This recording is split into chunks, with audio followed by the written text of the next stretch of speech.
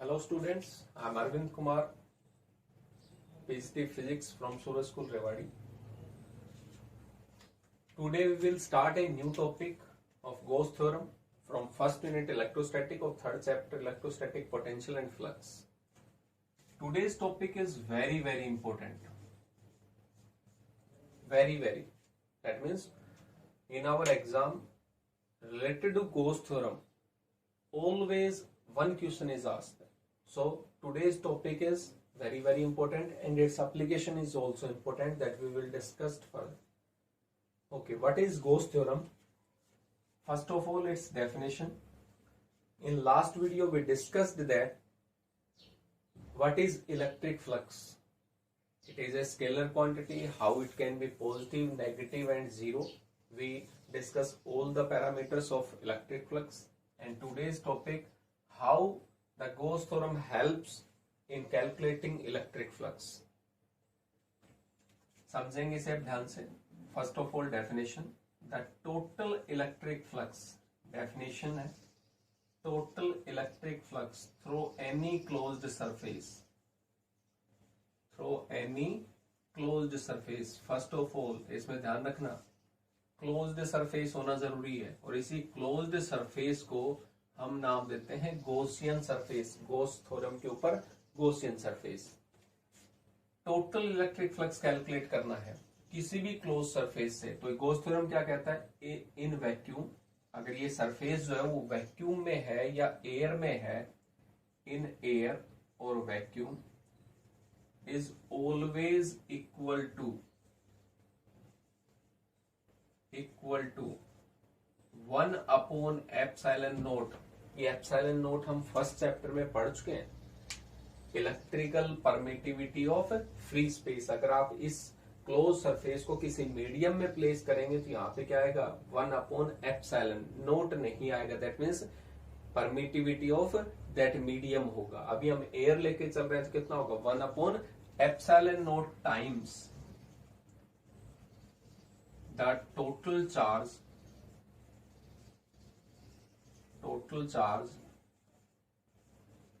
enclosed in that surface.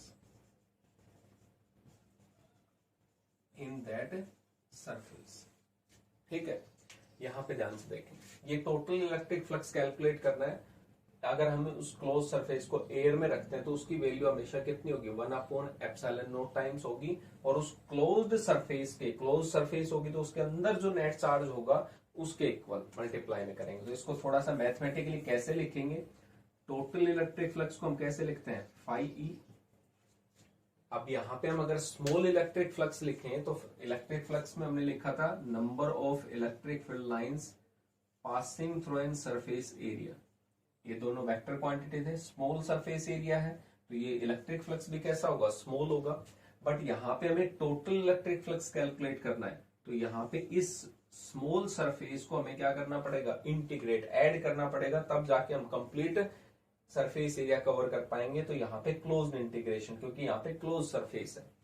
अब ये कहता है, ये तो चलो एक ही टर्म्स होगी, टोटल इलेक्ट्रिक फ्लक्स को ही लिखा हमने इस तरीके से. बट गॉस थ्योरम क्या कहता है, जो टोटल इलेक्ट्रिक फ्लक्स होगा उसकी value 1 upon epsilon note times होगी. किसके टाइम्स होगी, मल्टीप्लाई में चार्ज इनक्लोज. तो यहाँ पे मैं क्या लिख सकता हूँ, टोटल चार्ज इनक्लोज्ड. इन लिखा है मैंने, जो क्लोज्ड सरफेस होगी उसके अंदर का चार्ज लेना, उसके बाहर अगर कोई चार्ज है तो वो कोई भी रोल प्ले नहीं करता इन कैलकुलेटिंग. ऑलवेज जो इनसाइड का चार्ज होगा क्लोज सरफेस के, उसी को कंसिडर करना है. तो ये इस गॉस थ्योरम का मैथमेटिकल टर्म्स थी. तो यहां पे हमने इस इलेक्ट्रिक फ्लक्स को लिखा. अब इसका एक प्रूफ देख लेते हैं, बहुत छोटा सा प्रूफ है. यहां पे मैंने एक चार्ज रखा, उस चार्ज की वैल्यू यहां पे मान लेते हैं Q1 रखी, या Q भी रख सकते हो. एक चार्ज रखा और मुझे प्रूफ करना है कि ये जो इलेक्ट्रिक फ्लक्स होगा उसकी वैल्यू इनसाइड अपॉन में एप्सिलॉन नोट होगी. तो मैं इस चार्ज से R डिस्टेंस पे, कितने डिस्टेंस इस चार्ज से, R डिस्टेंस पे इस चार्ज को क्लोज करना पड़ता है, क्योंकि यहाँ पे गॉस थ्योरम तभी एप्लीकेबल है जब क्लोज करोगे. और क्लोज्ड सरफेस को हम यहाँ पे नाम देते हैं गॉसियन सरफेस. तो गॉसियन सरफेस की कंडीशन होती है कि उसकी सभी सरफेसेस पे इलेक्ट्रिक फील्ड की वैल्यू क्या होनी चाहिए, सेम रहनी चाहिए। तो अगर मैं इस चार्ज से r डिस्टेंस इधर आऊंगा तब भी इलेक्ट्रिक फील्ड उतनी होगी, r डिस्टेंस इस साइड में जाएंगे तब भी r डिस्टेंस इधर, किसी भी डायरेक्शन में आप मूवमेंट करेंगे तो डिस्टेंस अगर सेम है तो चार्ज तो वही था, तो इलेक्ट्रिक फील्ड की वैल्यू सेम रहेगी। तो यहां पे हम कह सकते हैं कि ये एक स्पीयर बनेगा, स्पीयर। और अगर ये स्पीयर है तो यहां पे ये क्लोज्ड होगा, जैसे फुटबॉल की स्ट्रक्चर होती है कंप्लीटली क्लोज, तो यहाँ पे क्लोज स्ट्रक्चर बन गई। इसकी पूरी बाउंड्री पे कहीं पे भी आप इलेक्ट्रिक फील्ड कैलकुलेट करेंगे तो सेम आएगा, इसका मतलब ये क्लोज सरफेस गॉसियन सरफेस है। लेकिन अब हमें ये प्रूव करना है E dot ds, complete surface area तो नहीं ले सकते। तो मैंने यहाँ पे अगर मैं इसको पॉजिटिव चार्ज मानता हूं तो इलेक्ट्रिक फील्ड जो होगी इस बाउंड्री पे वो किधर होगी, अवे होगी, पॉजिटिव चार्ज से अवे होता है। इलेक्ट्रिक ये जो सरफेस एरिया है उसका स्मॉल पोर्शन लेना है, तो इस पूरी बाउंड्री को एक साथ कवर नहीं कर रहे, जैसे फुटबॉल में पैचेस होते हैं ब्लैक एंड व्हाइट टाइप के, तो उसका एक छोटा सा पोर्शन ले रहा हूं, बहुत स्मॉल सा। तो मैंने यहाँ पे भी इस सरफेस एरिया का एक स्मॉल सा पोर्शन कंसिडर किया, ये यहाँ पे।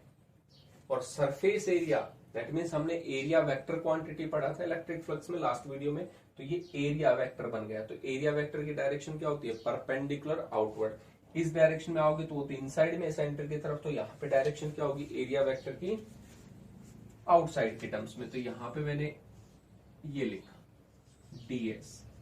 किसी भी वेक्टर को हम कैसे लिख सकते हैं, उसका मैग्नीट्यूड होगा और उसकी डायरेक्शन होगी। डायरेक्शन के लिए हम n वेक्टर को लिख सकते हैं यहाँ पे, ठीक है। n वेक्टर डायरेक्शन कौन बताएगा, परपेंडिकुलर आउटवर्ड। इसका मतलब इलेक्ट्रिक फील्ड में और एरिया वेक्टर में दोनों के बीच में सेम डायरेक्शन में तो एंगल कितना बनेगा, 0 डिग्री। तो यहाँ पे दोनों के बीच में 0 डिग्री। अब मुझे ये प्रूव करना है कि स्मॉल ए पोर्शन के थ्रू जो भी फ्लक्स पास होगा उसका इंटीग्रेशन अगर करोगे तो टोटल इलेक्ट्रिक फ्लक्स आएगा, और उसकी वैल्यू जो होगी वो Q अपॉन में एप्सिलॉन नॉट। अब अगर मैं ये कहूं कि इस चार्ज की वजह से इस स्मॉल सरफेस एरिया पे मुझे इलेक्ट्रिक फील्ड बताओ, तो उसकी वैल्यू कितनी होगी, पॉइंट चार्ज है, पॉइंट चार्ज की वजह से कितना फॉर्मूला था इलेक्ट्रिक फील्ड कैलकुलेट करने का, KQ अपॉन में R square. Electric field at ds area, इस स्मॉल पोर्शन पे अगर कैलकुलेट करें तो डिस्टेंस है, चार्ज की वैल्यू पता है, कितनी वैल्यू आएगी इलेक्ट्रिक फील्ड की, KQ1 अपॉन में डिस्टेंस है R स्क्वायर। इलेक्ट्रिक फील्ड हमें पता था, डायरेक्शन हमने इंडिकेट कर दिया। अब यहाँ पे अगर मैं कैलकुलेट करूं कि इलेक्ट्रिक फ्लक्स यानी टोटल जो फ्लक्स होगा उसकी वैल्यू बताओ, तो यहाँ पे टोटल इलेक्ट्रिक फ्लक्स आप कैसे कैलकुलेट करोगे, स्मॉलर के थ्रू कितना था, इलेक्ट्रिक फील्ड तो उतनी है, कहीं पे भी आप एरिया कंसिडर करते हैं तो उतना ही रहता है इलेक्ट्रिक फील्ड की वैल्यू।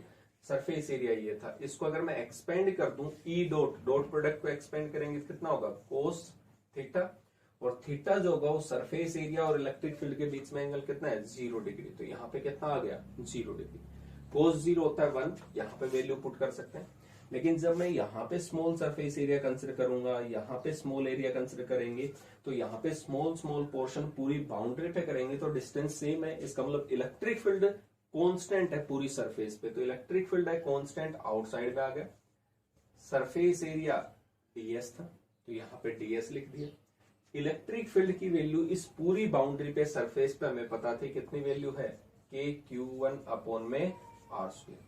और यहाँ पे क्लोज्ड इंटीग्रेशन करते हैं सरफेस एरिया का, ऐसे स्मॉल सरफेस एरिया पूरा करेंगे तो पूरा स्पीयर का सरफेस एरिया आएगा, और कंप्लीट स्पीयर का सरफेस एरिया जो होता है वो कितना होता है यहाँ पे, KQ1 अपॉन में R स्क्वायर। और कंप्लीट स्पीयर का सरफेस एरिया कितना होता है, 4 पाई R स्क्वायर, क्योंकि स्पीयर की रेडियस R।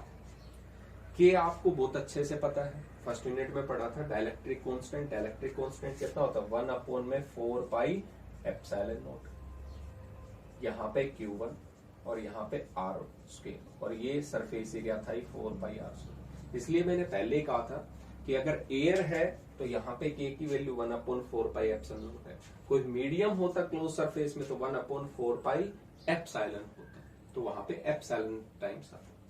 तो यहाँ पे लिखें तो इस R स्क्वायर से R स्क्वायर कैंसिल आउट, पाई से 4 से ये 4 पाई कैंसिल आउट, तो यहाँ पे एक ही टर्म्स बची और वो कितनी थी, Q1 अपॉन में एप्सिलॉन नॉट। हमने लिया था टोटल इलेक्ट्रिक फ्लक्स, और राइट हैंड साइड में क्या आ गया, Q1। अब Q1 जो था, जो आपने सरफेस ये बाउंड्री क्लोज्ड की उस क्लोज्ड बाउंड्री के इनसाइड में कितना चार्ज था, ओनली इनसाइड का कंसिडर करेंगे, आउटसाइड का कोई मतलब नहीं रखता। तो यहाँ पे कितना होगा, इनसाइड में चार्ज कितना था इस पूरे स्फीयर के, Q1 था। तो जो इनसाइड में है और बीच में कैसा था, चार्ज और बाउंड्री के बीच में एयर था, तो एयर में कितना आएगा एप्सिलॉन नॉट टाइम्स, तो Q1 अपॉन में एप्सिलॉन नॉट।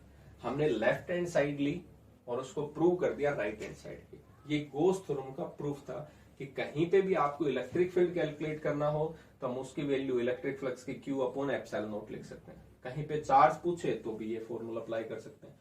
इसका मतलब गोस थ्योरम काफी इंपॉर्टेंट थ्योरम है, इलेक्ट्रिक फ्लक्स कैलकुलेट करने के काम आ सकती है, कहीं पे इलेक्ट्रिक फील्ड है वो कैलकुलेट करने के काम आ सकती है, कहीं पे किसी नेट सरफेस के थ्रू चार्ज कितना होगा तो वो कैलकुलेट करने में हम यूज कर सकते हैं। तो इसकी एक वाइड एप्लीकेशंस है, वो एप्लीकेशंस हम नेक्स्ट वीडियो से डिस्कस करना स्टार्ट करेंगे। ठीक है, थैंक यू।